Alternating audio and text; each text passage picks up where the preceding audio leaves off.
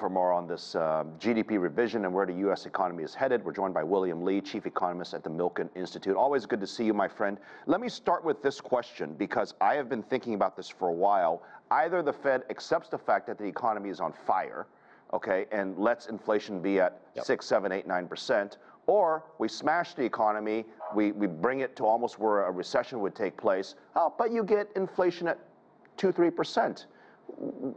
It seems like they're going for the latter, right? Well, today's numbers are giving the Fed a lot more ammunition to do a lot more smashing. The economy really is a lot stronger than it looks because a lot of the drag on the economy has been in what we call inventory adjustment. We just have too much of the wrong stuff, and companies are trying to get rid of that wrong stuff by having discounts probably later on in the fall. But a lot of spending done by consumers and government and everybody else is showing that the economy is really very strong, and the payments that were made, today's numbers just released the second quarter payments numbers, that is gross domestic income. That shows that the economy is actually growing at about a 1.5% rate of growth, and it's not negative at all. Here's my concern, is that the consumers say they're slowing their spending, but they're not.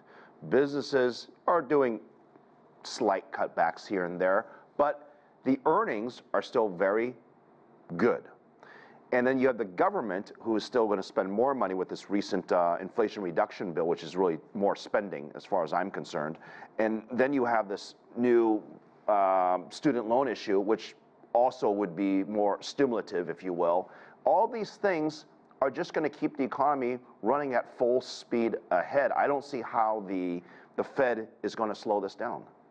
That's right. And in fact, inflation itself doesn't look like it's really losing much steam, especially the core elements, the stickier prices like rents, services, medical services, and so on are starting to pick up steam, and that wage price spiral is starting to develop. These are exactly the kind of things that the Fed doesn't want to see, and they have to make sure that they start to stamp out a lot of these rising inflation indicators that will feed into expectations, because the last thing they want is for people to expect more inflation coming up. Right, and I know you're not a markets guy, so I'm not going to ask you about stocks and things like that, but today's market reaction was a bit of a head scratcher because I would agree with you, yet the market viewed it somehow positively and actually went up on the news.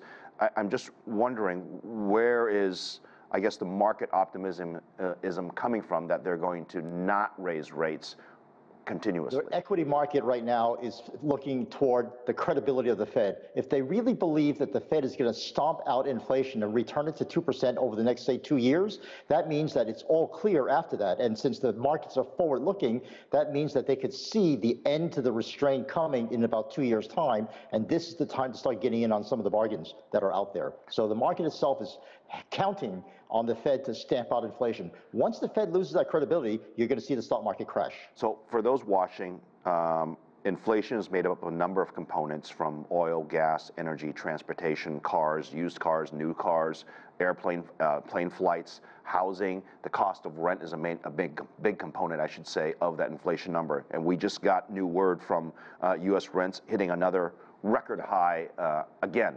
And so I'm sort of torn by this, because if you're the owner of the property, I guess you're happy because you can raise rents. But if you're the rentor, this isn't good. Well, if you're the owner of the property, you're paying more property taxes, you're paying more in the way of upkeep, you're trying to repair, keep the stuff in good repair, you have to pay more for these repairmen. And those are the services that are going up in price. And that's the inflation the Fed is trying to stamp out, because now we're seeing these core inflation areas, not the gasoline and food, which is very volatile, which will likely come down if we have more supply out there. But the key is, are we getting higher and higher service prices? And that's what we're seeing, and that's what the Fed wants to stomp out. And the last thing is, and this is not a fun topic, but there's one way you can get consumers to stop spending, and that's losing your job, right? I'm sure the Fed doesn't necessarily want that, but we've got more than full employment. We're up, I think, like 103% full employment right now. If that's one of the few antidotes, if you will, that would slow the market down, but the Fed doesn't want to do it, then all of this is just talk for the time being, because they're not going to be willing to go into a job recession, I don't think. Well, Phil, before you start to see a lot of layoffs, what we first have to see is the rate of job creation start to slow down beyond this unsustainable pace. A normal pace of job creation is about 150 to 200,000. We're not anywhere near that. We're double that. We're like 300 to 400,000. And those are the numbers that have to come down, and watch out for those numbers, because if they don't come down, the Fed's going to have to raise rates even further. William, my producer is going to kill me here, but I want to ask you this last one. So to follow up on your point, everyone I've spoken to can't find employees. There are people that I know that could work that don't want to work anymore, so they're really, at this point, being underemployed. And I wonder if there's been proper analysis done to talk to the people post-COVID, the ones that simply say, I don't want to work anymore, or I don't want to do that job, and they're not part of the data, if you will. This is a problem for the economy because we have workers that, I guess, don't want to work. Actually, Phil, I've been yelling and screaming on your show and every other show I've been on for the last 6 months. There's a huge mismatch in the job market.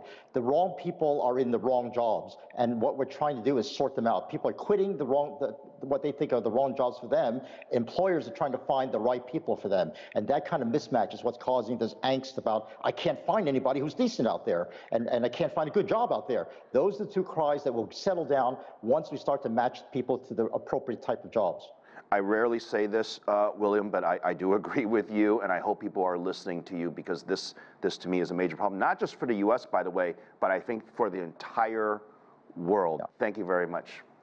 Thanks for having me.